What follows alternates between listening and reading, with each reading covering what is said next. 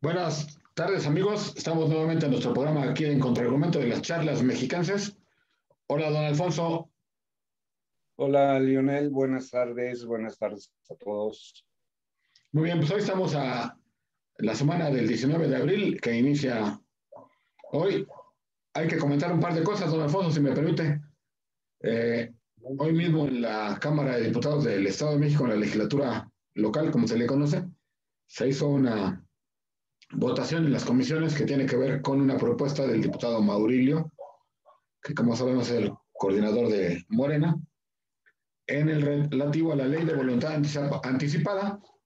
Y bueno, están ahí las comisiones, se votó unánimemente y el tema, digamos, central es una ley que ya estaba, no es una ley nueva, y lo que se modifica es que ahora la persona que decida cortar su vida anticipadamente ya no necesita 5 testigos, sino que ahora solamente son 3 testigos.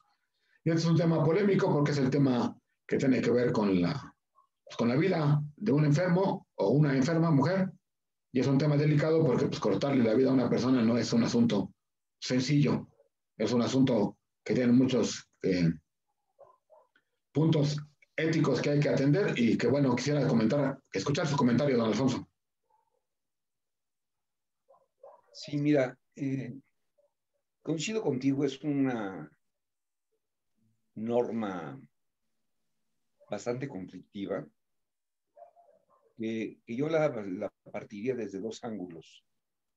Desde el, el paciente que decide cortar con su vida y por lo tanto la voluntad anticipada sería esto, y que la ley no acaba de definir claramente esta condición.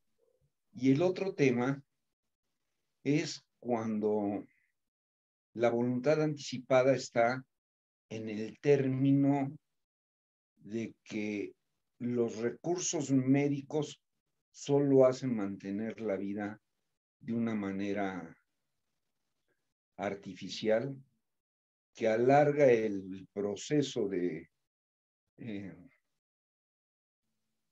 pues ya no de recuperación, sino el proceso de estancia de la persona, ¿no? Yo creo que estos dos temas no los alcanzó a definir claramente la legislatura.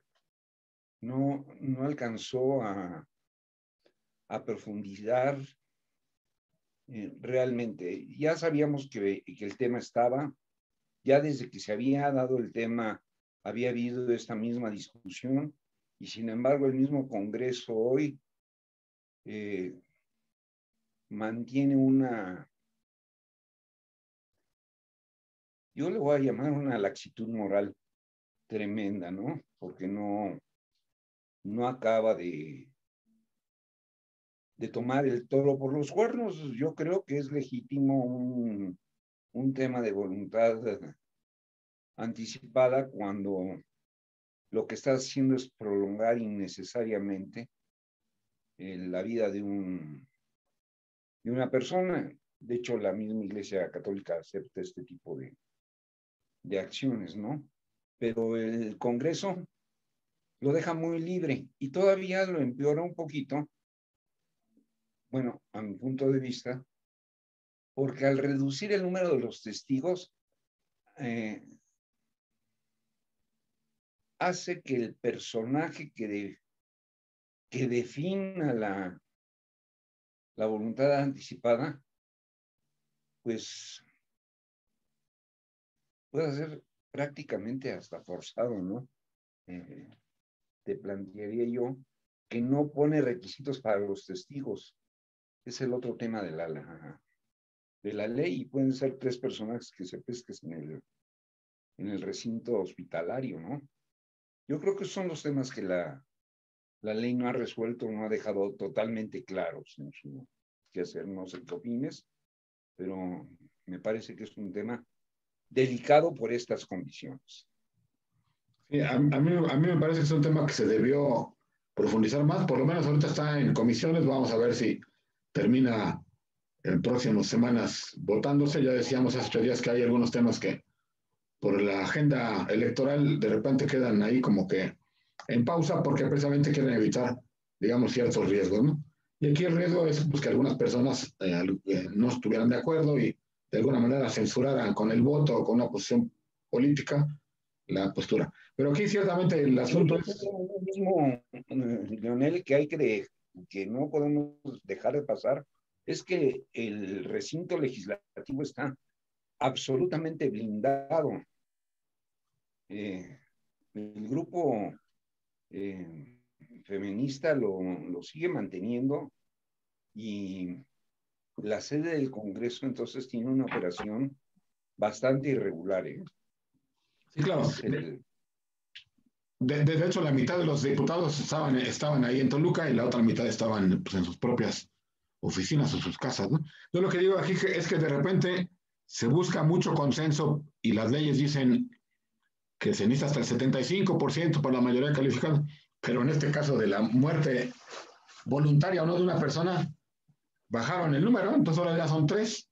Creo yo que era, a mí me parecía el número, digo, a lo mejor puede ser hasta mayor, pero el número de 5 personas es correcto precisamente para evitar que sean gente que no tenga, pues digamos, familiaridad, amistad, conocimiento, cercanía con el enfermo, ¿no? Y ahora quedan 3, pues bueno, es más fácil, ¿no? Convencer a 3 que a 5 de ser testigos de una postura así, ¿no? Pero bueno, habrá que ver si finalmente se vota o no en el pleno. Sí, yo creo que la sociedad ha estado poco presente en este tema. Te lo voy a plantear así. Eh, al, al bajar el número de testigos y no normar la calidad de estos testigos, yo supongo que la ley debía haber incluido en algún momento, la norma debió haber incluido quiénes pueden tener esta calidad de testigos, es decir, familiares o cualquier persona. Esto lo vamos a llevar como cuando vas al registro civil y necesitas encontrar un secretario ahí al lado para que te dé el testimonio, o se necesita un testigo de mayor calidad. Esto, la ley, como está en este momento en su discusión, no lo ha definido. Es un tema importante, insisto, hay que ver si finalmente la agenda electoral hace que pase.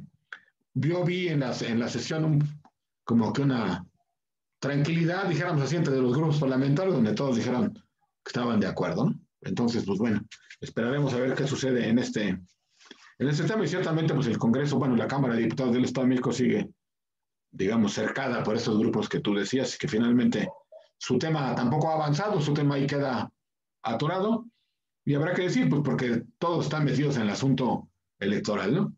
Habrá que recordar que hoy mismo, allí en la misma capital del Estado de México, tanto del PT como de Morena, hubo movimientos ahí para pues, reclamar espacios para grupos políticos aparentemente no atendidos en las candidaturas a diputados y a presidentes municipales. Hay quienes acusan en Morena que los grupos de Higinio Martínez, Daniel Serrano y Isaac Montoya son los que están palomeando y definiendo.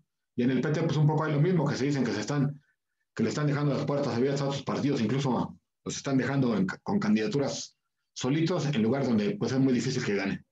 Pero aquí el asunto, la reflexión es qué está pasando en este caso en la izquierda y segundo, ¿sirven de algo estos movimientos? Normalmente vemos siempre grupos que se oponen al que va a quedar, hacen su lucha y es muy raro cuando logran sus objetivos, cuando logran cambiar las posiciones. ¿Tú qué opinas? ¿Crees que el PT y Morena cambien y decidan por otros gracias a que alguien presiona? Mira, tú lo acabas de decir. Bueno, primero voy a decir que no nos equivocábamos. Lo habíamos comentado tú y yo aquí en esta charla, que el tema se venía por, por no solo por quienes palomean las listas, quienes palomean las candidaturas, sino por la cantidad de gente que han pescado de otros lados, a las que les han tenido que dar lugar, y de esto ha desplazado a militantes, ya sea del PT o ya sea de Morena. Este es parte del problema, lo cual me hace anticipar que la solución está un poquito más en los grupos, en Higinio, que en Duarte. Yo creo que está más ahí que en la presión que reciban, ¿no? Esto es lo que han venido dando. Pero al mismo tiempo esto empieza a enturbiar a sus propios gobiernos, ¿no? Porque no solo están en las candidaturas, peleando espacios en las candidaturas, sino empiezan a aventar acusaciones a diestra y siniestra, como tratando de desplazar lo que ya se definió o tratando de ensuciar el proceso para que el propio partido pierda los espacios. Estas son posiciones que se han estado viendo últimamente. Pero finalmente no llevan a nada, ¿no? ¿Mande?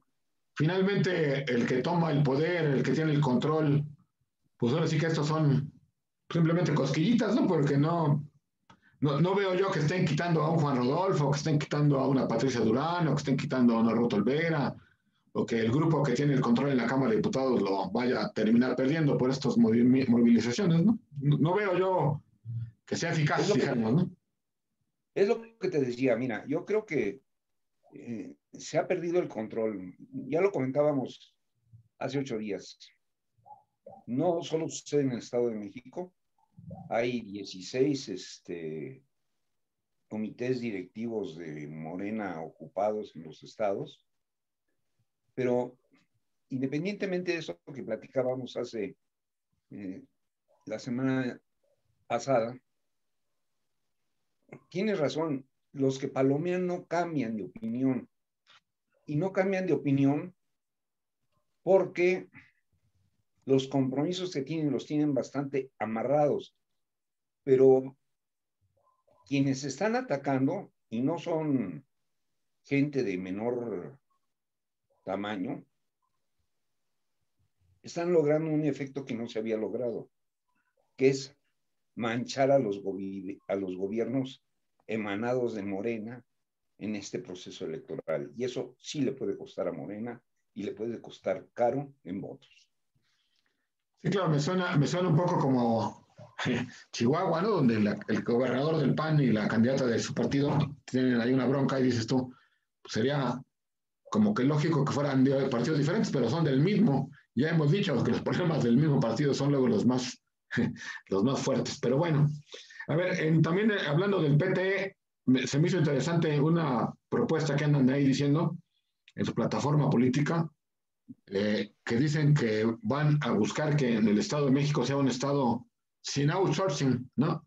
A pesar de que a nivel federal pues ya su jefe político ya tomó un acuerdo en este tenor, donde solo sí que le bajó un poquito el nivel a la fuerza del outsourcing, y también proponen una auditoría externa al ICEMIN, que no se me hace malo, y dicen que reivindicar los derechos sindicales. Morena es un poco esto es PT. La plataforma de Morena es un poco más genérica, esto tiene unos planteamientos más, digamos, interesantes. ¿Qué opinas tú? Que el Estado de México sea un territorio sin outsourcing. Se me hace totalmente fuera de lugar. Primero porque el tema del outsourcing lo regula la federación, y en la medida en que lo regula la federación, el Estado se ve un poquito limitado a ello, ¿no? Creo yo que ahí vamos a tener problemas.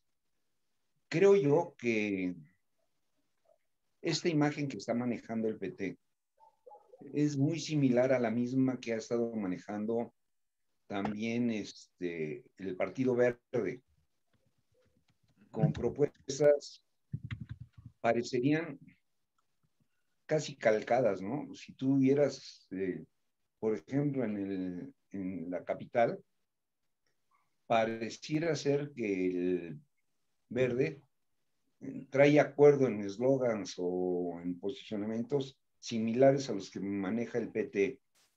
Y esto, yo creo que es más un movimiento de campaña que un movimiento real hacia la legislatura, ¿no?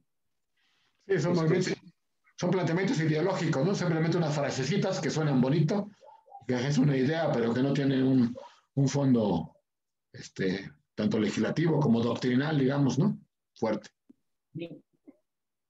Pero fíjate que la campaña del PT se me hace más interesante si la has visto en tu Naucalpan, si la ves en otras partes de la entidad. Hay un eslogan que sí tiene sentido, como lo está manejando el PT. 100% PT, 200% López Obrador. Es llevar al presidente de la República a la boleta electoral. Esto sí es lo que está haciendo el PT en plena campaña. Sí, bueno, y también Morena acaba de empezar hace unos días también su campaña federal, donde sale Mario Delgado diciendo que están al 100 con ya sabes quién, ¿no? Con aquella frase que fue muy interesante en la campaña política pasada. Es decir, lo están metiendo, ¿por qué? Pues porque saben que es quien le da los votos, ¿no? Quien le da la fuerza para sobrevivir y ganar. Una franja importante de votos de la izquierda Morena PT, pues viene del apoyo al presidente. No sé qué porcentaje, pero obviamente un porcentaje altísimo, ¿no? Eso nos lleva a otro tema interesante, Leonel. A ver. Fíjate, como lo están manejando en este momento, es la pretensión tanto de Morena como del PT de llevar a la boleta electoral al presidente de la República. Aquí, para los estudiosos del derecho electoral, empieza a haber una zona de conflicto, ¿no? Una zona de conflicto porque llevar al presidente en el Estado de México a la boleta electoral significa de alguna manera la intromisión de todo esto que está sucediendo en la presidencia sobre su propia propaganda, su propia manera de estar haciendo política el presidente de la República. Entonces, yo creo que ahí, en la medida de que exacerben este punto, de nuevo irá al choque con el Instituto Electoral y con los institutos locales, electorales locales. No sé cómo lo percibas tú, pero yo lo empiezo a percibir de esa manera. Sí, obviamente el tema termina en la cancha finalmente de la autoridad electoral, que por cierto habrá que entrar también en materia. Hubo en esta semana tan angustiosa para algunos en el tema del INE, también hubo un tema que fue las renovaciones de las diferentes instituciones electorales, básicamente por gente que falleció, como el caso de Chihuahua o acá en el Estado de México. Fíjate que, bueno, tú estuviste atento seguramente, pero los grupos de consejeros en el INE, con el tema de Félix Salgado y el tema del candidato de Morena en Michoacán, se dividieron y lograron un bloque de 7, 8 para mantener la postura de sancionar, pero perdieron una consejera que se pasó al otro bando. Y luego en esa misma sesión, bueno, en la sesión, la penúltima sesión, porque hoy hubo exactamente en esa sesión, cuando se discuten los diferentes estados, se habla entonces del Estado de México y se ponen a consideración dos candidatas de las que participaron, si no me equivoco, habían sido 16. Ana Vanessa González Deister, que obtiene 7 votos, pero muy chistoso. Fueron votos combinados, no fueron los del bloque que yo comentaba, ¿no? Fueron bloques ahí combinados. Así es. De hecho, si no me equivoco. Vamos a decir que fue una votación dividida en términos de que no son los mismos 7 o los mismos 6 que participaron en la sanción a Morena por el caso de Guerrero y el caso de Michoacán. Así es, de hecho, Murayama y Córdoba votaron ahí aparentemente distinto, pero el asunto es, Ana Vanessa González se quedó a un voto de ser la presidenta del IEM. Por cierto, una presidencia del IEM que estaba planteada para 7 años. Bueno, una vez que ella no califica, dijéramos así, se pasa a la siguiente votación, Gloria Morales Blas, y ella obtiene solamente 4, que es un poco el bloque que medio acompañó al tema de Félix Salgado y la no sanción, pero con una combinación diferente. Y entonces queda sin decisión y por lo tanto que se mantiene la misma. Habrá que decir que fue muy interesante en las posturas de los partidos y de los consejeros, como el licenciado Sondón, en su postura antes de la votación, él dice, pues nosotros estamos bien con la presidenta actual, ha hecho muy bien su trabajo y pues, bueno, la felicitamos y gracias por su trabajo que ha hecho aquí. Y resulta que pues esa que él avalaba, pues se quedó finalmente. Me voy a referir un poquito a la presidenta actual del Instituto Electoral y aunque la posición de Víctor Hugo Sondón fue clara, contundente, muy precisa, había consenso entre los representantes de los partidos en el Consejo del IEM sobre la imprudencia que implicaba el nombramiento en este momento de una nueva presidenta, y el papel que ha representado la actual presidenta del Instituto Electoral con una enorme mano conciliadora que ha sabido conciliar los intereses de los partidos y ha sabido conducir hasta el momento al instituto con bastante más tranquilidad de la que supondría el hecho de un presidente en transición, ¿no? Esto habría que abonarlo mucho a la actual presidenta del instituto, que se ha ido ganando el respeto de los consejeros, ¿no? Esto yo lo marcaría como un hecho muy importante en el tema del Instituto Electoral. Y creo que finalmente fue una buena decisión. Creo que la consejera ha sido suficientemente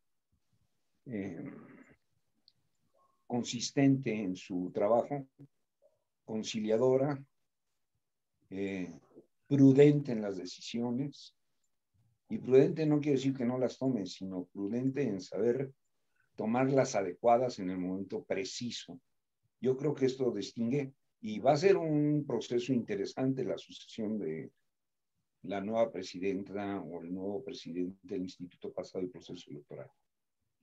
Yo así lo marco. Sí, la consejera, digo, decías tú que la consejera Daniela Durán se llama, ¿no? Si no me equivoco, tiene buenas calificaciones con los consejeros, pero yo digo que más bien también con los partidos, ¿no? Finalmente, Es que ahí empezó todo, ¿no? Empezó en los partidos. O sea, los consejeros le dieron el voto, por eso ella es la presidenta, pero su trabajo con los consejeros y su trabajo con todos los partidos políticos hacía muy difícil que el Instituto Electoral aceptase. Por eso es interesante la votación, si te fijas, la unidad que se había mostrado en el caso de Guerrero y de Michoacán no es la misma a la hora de definir el caso del nombramiento de un presidente para el Instituto del Estado de México, ¿no?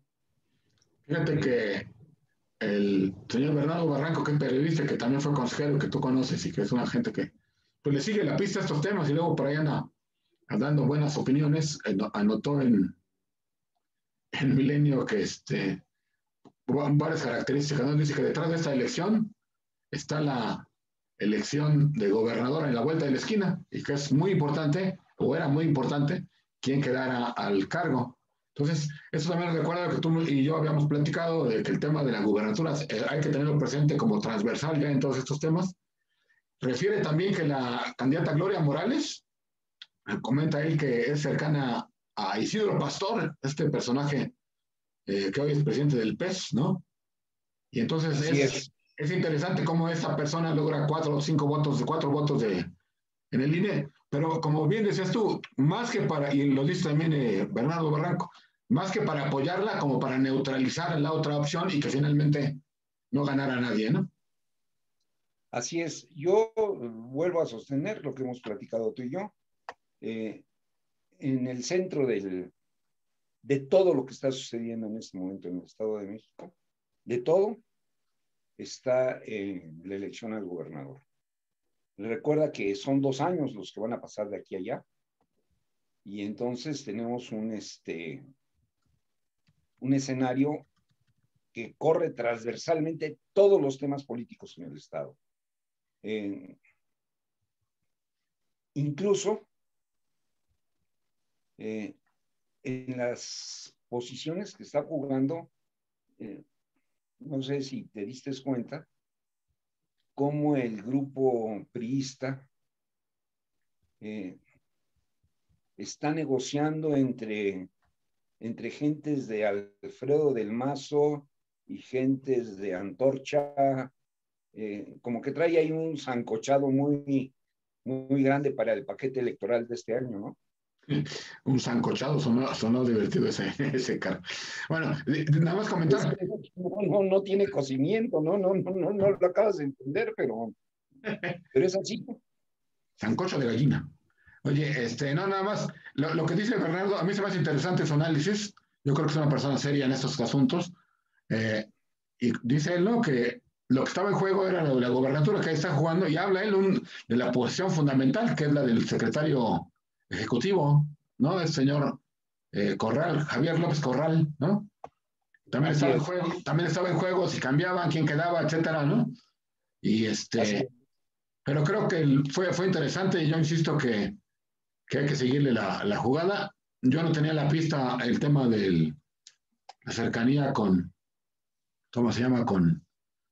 ¿Isidro? Con Isidro Pastor, pero bueno, hay que, hay que Nada entender más recuerda. y que también seguramente por ese mismo lado de la señora que tuvo 4 votos, pues creo yo que también jugaba Higinio, entonces creo que finalmente para el gobierno del Estado de México, para la estabilidad de la autoridad electoral, estuvo bien.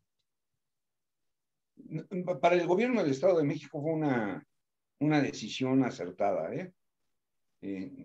Yo lo percibo así y percibo, aparte que como que las candidatas que llegaron finalmente, eh, pues yo no les puedo reprochar nada, pero tampoco puedo decir que son grandes expertas en materia electoral, ¿eh? Uh -huh. Ninguna de las dos. Esto es muy importante. El más grande mérito de una de ellas era un consejo distrital, ¿no? Claro, pues, Pero una carrera en materia electoral no se les veía. Yo creo que se está jugando con una posición muy delicada en este momento, que es la presidencia del instituto, que acuérdate que el papel fundamental de estos organismos electorales locales se fue muy restringido por la ley, pero la responsabilidad que tienen es la organización del proceso electoral. Esa es su verdadera responsabilidad. Y en el conteo de los votos, ¿no? Yo creo que ahí es donde el gobierno del Estado está tratando de meter sus mejores arreglos, diría yo, ¿no? también aquí, si la caballada estaba flaca, también hay que analizar por qué estaba flaca la caballada, ¿verdad? Primero, habría que decir que estaba topado o copado más bien hacia mujer, ¿no? Así Entonces, es. eso de entrada, pues eliminaba, dijéramos, en términos genéricos, 50% de los posibles candidatos. Y en consecuencia, pues ya la capacidad de quienes pretendían, pues ya estaba a la mitad. Y era muy riesgoso, tanto para los actores políticos como para la misma institución, dejar en las manos 7 años. Ese es un dato que no es menor. dejar en las manos 7 años a alguien que pues viene de un consejo distrital y como que medio confío en ellos, como que sí confío, era riesgosísimo, ¿no? Porque finalmente este es un tema logístico, es un tema administrativo, ciertamente político, como tú decías, pero es un tema de saber hacer equipos políticos, hacer mucha mano izquierda, como bien dices, está nuestra hoy presidenta del instituto, ¿no? Entonces, hay que analizar también por qué llegaron esos contendientes y no otros, ¿no? Yo me iría por ahí, ¿no? Fíjate, ¿por qué llegaron esos contendientes? Hubo contendientes que no, o vamos a decirlo de otra manera, había perfiles que no se inscribieron en el proceso. Esto es medio sintomático, ¿no? Habiendo perfiles de consejeros ya del instituto que pudieron haber participado y que no estuvieron en la jugada, ¿eh? Pero masculinos o femeninos. Femeninos, Lionel. Yo digo que hubo perfiles que no participaron, como que, como que de inicio se frenó la participación de algunos perfiles importantes, interesantes, ¿no? Quizás dándoles tiempo a su maduración para dentro de unos meses, ¿no? Sí, claro, ahora sí que para la votación, ahora sí que la buena. Así es. Y porque habiendo quedado esta designación desierta, tendrán que hacer una nueva convocatoria. Sí, sí, es decir, viene la buena. Y ahí tal vez ya estén apuntados otros que tengan mejores credenciales, ¿no? Claro, otros perfiles. No sé si mejores credenciales, pero perfiles más hechos y... Sí, claro. Oye, hablando de los partidos y de todos estos temas, ¿qué hay en el PRI? ¿Qué está pasando ahí? ¿Que hay una disputa ahí en el PRI? ¿Qué está sucediendo? Mira, yo creo que el PRI trae una disputa fuerte.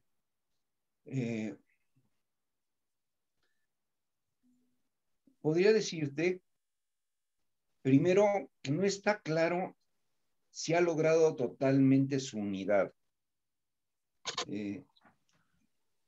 En algunos puntos pareciera ser que el PRI sigue funcionando como un partido unido, pero en otros no. Yo veo una clara diferenciación en, en 3 niveles.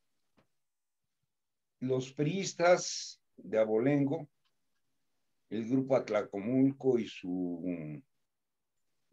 sus alfiles en muchos lugares y sus peones,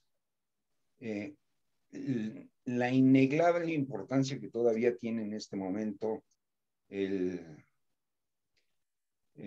senador Erubiel Ávila, que, que llega a tener esta función. Te voy a dar un dato. Fíjate, un sobrino de Emilio Choifet quería competir por Metepec y no alcanzó a tener los números que la convocatoria le daba. Y no era un personaje menor. ¿Cómo se llama? ¿Mandé? ¿Su nombre? Pablo Choifet. Ok. Y no alcanzó a tener. ¿Qué quiere decir? Hablar de Choifet no es hablar nada más. Volvemos a replantearnos las cosas. Emilio Choifet es primo de un personaje que tú inmediatamente ubicas que se llama Ernesto Nemer. Y Ernesto Nemer es esposo de un personaje que se llama Carolina Monroy, ¿no? Otra vez el árbol genealógico que decía yo. De nuevo empiezan a salir los nombres, empiezan a salir las conexiones, todo. Bueno, este es un grupo. Otro grupo es el que viene con Erubiel y que trae una disputa que tú conoces desde antes con otro personaje que sigue influyendo en la política del Estado de México, que es Arturo Montiel.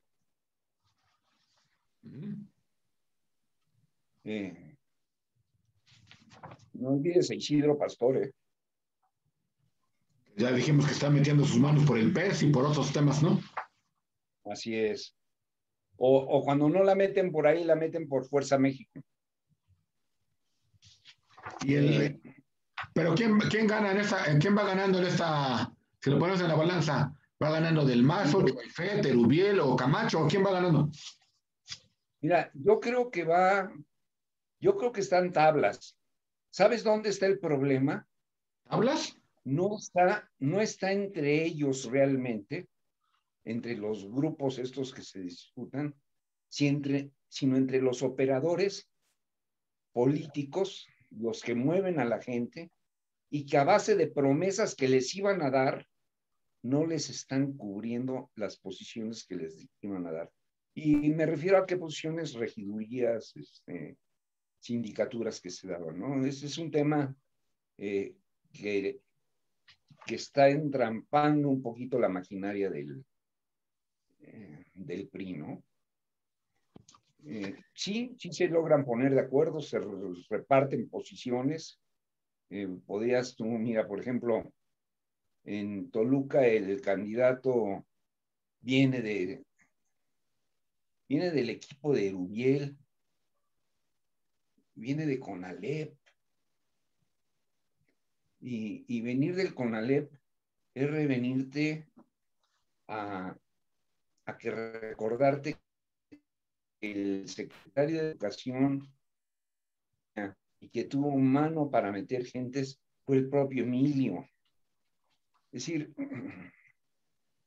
marcas aquí cómo están entrelazando los grupos, pero los operadores a los que les ofrecieron posiciones no se las están entregando. Este es el tema que está surgiendo al interior del PRI.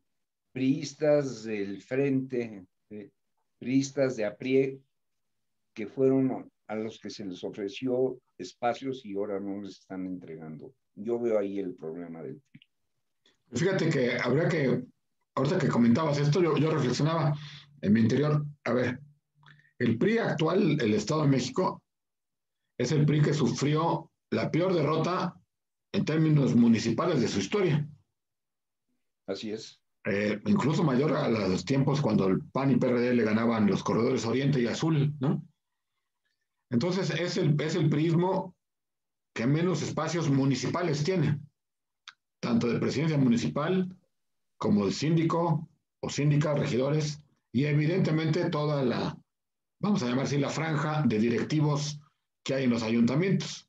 No tengo a la mente ahorita el número, pero son miles de espacios que el Partido Revolucionario Institucional perdió.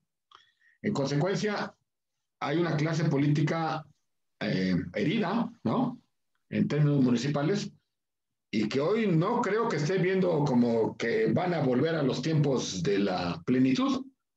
Lo que logra rescatar en cierta medida está también compartido con el PRD y con el PAN. Entonces, pues también para el priismo de base, como decías tú, no está fácil el camino, porque están viendo que las cosas no están como hace 10, 15 años. Así es. Yo creo, ¿te acuerdas de aquella plática que tuvimos aquí mismo diciendo si el PRI tiene todas las posibilidades de reconstruirse si saben manejar bien, pero en la medida en que se achicaron los espacios, prefirieron darle preeminencia a las familias Tradicionales. tradicionales que el apoyar verdaderamente a sus operadores. Entonces, yo te podríamos hablar de muchos priistas de la línea de abajo, operadores, que no alcanzan hoy a cubrir las posiciones a pesar de haber sido operadores del partido. Para mí este es el problema que está enfrentando el PRI en este momento. Claro, tiene la ventaja que Morena tampoco se pone de acuerdo en esto, ¿no?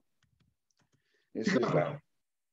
Pero a la larga se ve que va a llegar el 6 de junio, va a llegar un 7 de junio y no van a tener los espacios de poder que tenían antes porque se van reduciendo.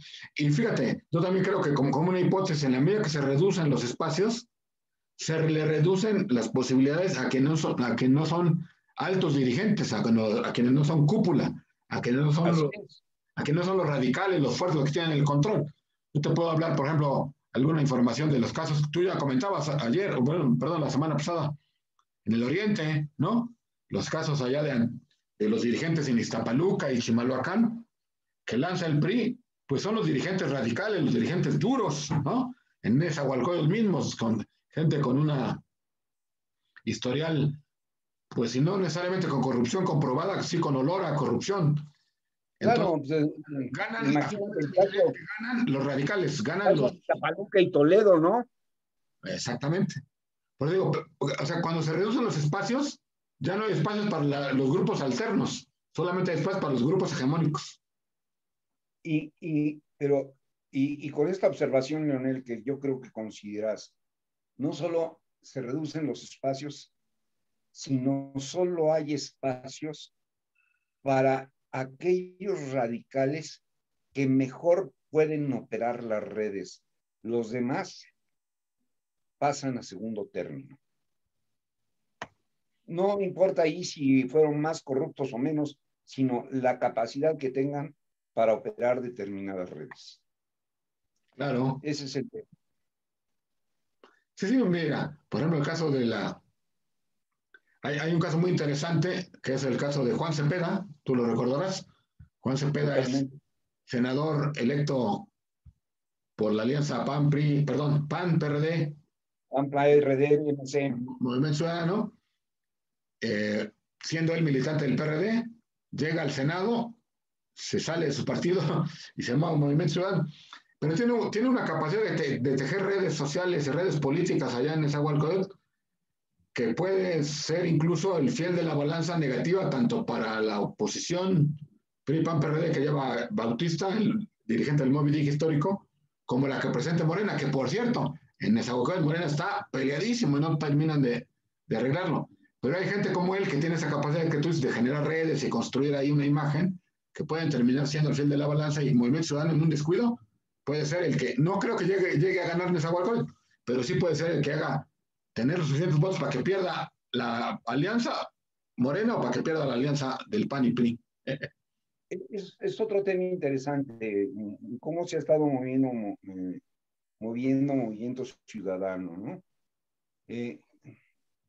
Algunos dicen que si es palero de un lado o si del otro. Yo me inclinaría a pensar que Movimiento Ciudadano ha sido un movimiento, no. Primero hay que reconocer que Dante es un hombre inteligente. Dante es un hombre de gran capacidad para moverse estratégicamente y no lo ha demostrado hoy, lo ha demostrado a través de muchos años, ¿no? Un hombre que se pudo recomponer después de salir de prisión, ¿no? Dante es un animal político por esencia y huele los lugares donde puede fortalecerse. Y vuelvo a decir el tema de Dante, no es tanto las posiciones que sí le interesan, sino la captura del número de votos o porcentaje que esto le pueda redituar a Movimiento Ciudadano, de tal manera de colocarlo como una bisagra importante en las negociaciones del poder político, tanto a nivel estatal como a nivel federal. Yo creo que esta es la estrategia que está siguiendo Movimiento Ciudadano y que puede desbalancear tanto la alianza del PAN, del PRI, del PRD, como la posición de Morena. No sé si lo has captado así. Sí, Pero hay personas importantes. por eso decía yo el ejemplo de Juan Cepeda, que es un personaje que incluso pues compitió por la gubernatura y que trascendió el Estado de México, fue una figura que hoy nuevamente ha llegado nuevamente a su espacio municipal y ahí Movimiento Ciudadano está jugando un papel interesante. Pero no sé si en algún otro municipio poblacionalmente grande Movimiento Ciudadano tenga alguna esperanza en el Estado de México. Yo no veo por dónde más tenga posibilidades de ganar municipios grandes. No, no veo yo esas posibilidades, pero sí veo las posibilidades de seguir incrementando, te lo vuelvo a decir. Yo creo que el objetivo está en incrementar el porcentaje de votos. Yo no creo que sea un partido que esté en riesgo de perder el registro. Veo más peligroso ahí el caso del PRD, pero veo yo una intención de tratar de colocarse o de crearse un espacio bisagra preparándose para el 24. Claro, sí, porque buscan, seguro, es que mira, lugares como Nezahualcóyotl, que tienen mucha población, a lo mejor no terminan ganando distritos, pero digamos, ese arrastre que lleva Cepeda en esa zona va a catapultar muy probablemente a los candidatos a diputados de Movimiento Ciudadano para Claro, probablemente ser quienes ingresen a la Cámara local. Tal vez dos, tal vez tres, no lo sé, pero teniendo ya ahí un número interesante para jugar, ya sea del lado del gobierno del Estado o del lado de los opositores, ¿no? así es. Esa es la apuesta que está siguiendo Movimiento Ciudadano.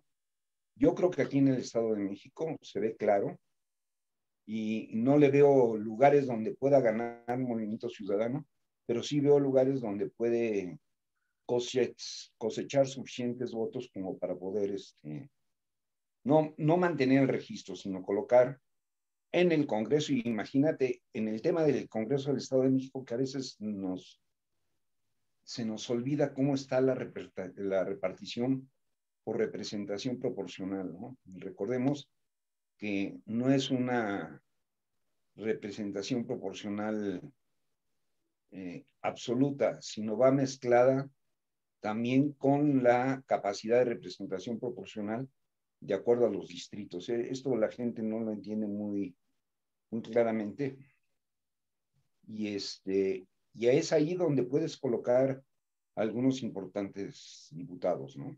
Sí, claro, porque en de la forma que se arman los grupos, tiene que ver con ya no necesariamente el porcentaje de votos, porque eso ya no es, ahora son los votos distritales. Por eso digo que distritos como Así estos es. de Nesa, que tienen una población fuerte que se concentra, pudieran llegar a hacerlo, ¿no? Como el PRD en su momento, tuvo tres, cuatro diputados, todos eran de por allá, porque ahí concentraban todo su esfuerzo. Pero bueno, Así es. Es la es, intención de Movimiento Ciudadano. muy bien, pues hay que estar atentos a estos partidos, ya decíamos, no todo es con los partidos punteros, también hay que estar pendientes de los partidos que están atrás. Como dicen por ahí, corren los caballitos, los grandotes y los chiquitos. Hay Y juego, a veces los chiquitos corren más fuerte, ¿eh? sí, porque el grandote se confía, ¿no? Así es. Oye, ya Y eso es para, lo que estamos viendo ahorita. Aparte, yo te diría que a punto de iniciarse formalmente las campañas locales, eh, no nos extrañe que algunos personajes se vean envueltos en serios problemas ante el Instituto Electoral, ¿eh? por ejemplo, Mira, ¿o por qué? algunos, porque los partidos no han dejado de hacer las mismas prácticas de toda la vida, ¿no? Hay quienes reparten despensas, hay quienes reparten, y que ya lo están haciendo y algunos de ellos pudieran ser sancionables. Oye, y llegará el arroz con gorgojo de la Ciudad de México a la alianza Claro, de los Chitla en Texcoco? claro que va a llegar con gorgojo y doble. Porque se supone que también hay encuestas en ese partido, ¿no? Para sacar los candidatos. Así es. Y están llegando, ¿eh? Porque se dice, vota por fulanito en la encuesta, y cómo hace para que la gente ubique a Juan Pérez, pues es el que le llevó un regalito, ¿no? Así es. Porque realmente nuestros políticos, pues no es que tengan una gran popularidad, es muy difícil que en lugares de más de 700,000, de 400,000 habitantes salga ya un político que sea conocido, ¿no? Así es. Acuérdate que ese posicionamiento no existe, pero sí existe un posicionamiento en el cual tú puedes repartir en algunos lugares de tal manera que la proporcionalidad de la encuesta se manifieste, ¿no? Y es donde están operando los partidos. Pero digo, yo regreso a mi postura anterior, yo creo que no se va a mover nada novedoso, van a quedar los que ya están perfilados y va a controlar que ya tiene el control, no va a haber novedades, ¿no? Muy bien. Así es. Yo auguro el mismo control. Creo que quien tiene el control del PRI lo va a seguir teniendo y va a seguir disponiendo. Creo que quien controla el PAN lo va a seguir haciendo. Creo que quien controla Morena lo está haciendo. Creo que quien controla Movimiento Ciudadano lo está haciendo. Y fíjate, lo que no entiendo es quién controla al Verde. Una buena pregunta. Esa ha sido una pregunta recurrente, pero pues hay que empezar a descifrarla, ¿no? Es un diputado, el dirigente estatal, pero no termina uno de descifrar, dices tú, lo que sucede, ¿no? Yo creo que es la estrategia cachabotos como en términos estratégicos o tácticos, si tú lo quieres, pero un poco quién está detrás de ahí está un poco más difícil. Tal vez es un títere con varios hilitos, ¿no? Uno tiene que ver con el gobierno del Estado, otro tiene que ver la propia lógica de los municipios, otro tiene que ver algo la dirigencia nacional, y quizá también hay la mano negra de alguien en Palacio Nacional que quizá les dice por dónde irse. Pues mira, hay una cosa que a mí me extraña y yo no puedo decir todavía que va por ahí, pero hay un personaje cerca del PRI, cerca de Monreal y cerca de Palacio Nacional, Verde, que teje fino, ¿eh? No nos dejes con las dudas, dinos el nombre. Mira, bueno, acuérdate que un senador metió una ampliación del periodo en el último momento. En el último momento, y recuerda tú que ese personaje pertenece al Verde. ¿Estás de acuerdo? Sí. Pero está muy cerca de Monreal y está muy cerca del presidente. ¿No? ¿Raúl Bolaños se llama? Así es, el senador Bolaños. Pero, ¿y sus manos hasta el Estado de México por dónde llegan? Llegan, pues mira, yo creo que llegan a través de algunos políticos que han estado cerca de la 4T. Yo los ubicaría cerca de Ruth, cerca de lo que ha manejado Manuel Espino. No te espantes. No me espanto. No, es que en estos temas de la política, pues ya pocas cosas nos sorprenden, ¿no? Así es. Pocas Pero cosas. no olvides este personaje tan importante, que dirige Ruta 5 y que está al mismo tiempo, forma parte de los equipos que se reúnen diariamente con el presidente y que vive en Naucalpan, ¿no? Bueno, eso hay que decirle a Salgado Macedonio que averigüe dónde vive. Ya ves que le gusta investigar domicilios de los. Sí, Oye, pero no creo que se atenga tanto con ese. muy bien. Que aparte fueron compañeros de legislatura, ¿eh? Afirmativo, ahí estuvimos con ellos. Oye, ya para en el postdata de la charla, 26,000 muertos en el COVID en el Estado de México. Seguimos con ese grave problema. No termina de bajar la alarma de tanta gente. Sin embargo, vamos para amarillo, ¿no? ¿Perdón? Sin embargo, vamos para amarillo. Eso es lo terrible, ¿no? De que, insisto, como ya lo dijimos algunas veces, pues seguimos el juego del gobierno de la Ciudad de México. En fin, pero bueno, ya la población ha avanzado. Y aquí el tema, nada más para terminar, un comentario tuyo. Aquí en el Estado de México y en el Ciudad de México se ha dicho que ya quieren volver a las clases y que vamos a vacunar a los maestros, ¿no? Pero yo he leído y escuchado por ahí a los papás que dicen, por más que me vacunen al maestro, yo no quiero llevar a mi hijo porque hay riesgos de que también los niños se contagien y nos contagien. ¿Por qué? El otro día me decía una señora, es que yo tengo que llevar a mi hijo a la puerta de la escuela y en la puerta de la escuela lo recibe una maestra que yo no tengo certeza de que se haya vacunado. Y hay gente que no es maestro y que también ayuda, y está la señora de la limpieza, y mi hijo va al baño y luego me la encuentro, y está afuera la vendedora de los dulces. Entonces, yo creo que en el Estado de México, así como la señora me decía, yo creo que muchos papás, por más que diga Del Mazo, Sheinbaum, o quien lo diga, o Delfina, no van a querer llevar a sus niños a la escuela. ¿Tú cómo ves? Yo estoy de acuerdo, pero mira, yo creo también, y no se te olvide, esto también apunta a apuntalar la recuperación económica. Le van a meter porque no puede ser, y en el momento en que le metan, o van los niños a la escuela o no van a poder manejar las maquinarias industriales que lentamente se empiezan a reactivar. Tómalo en cuenta.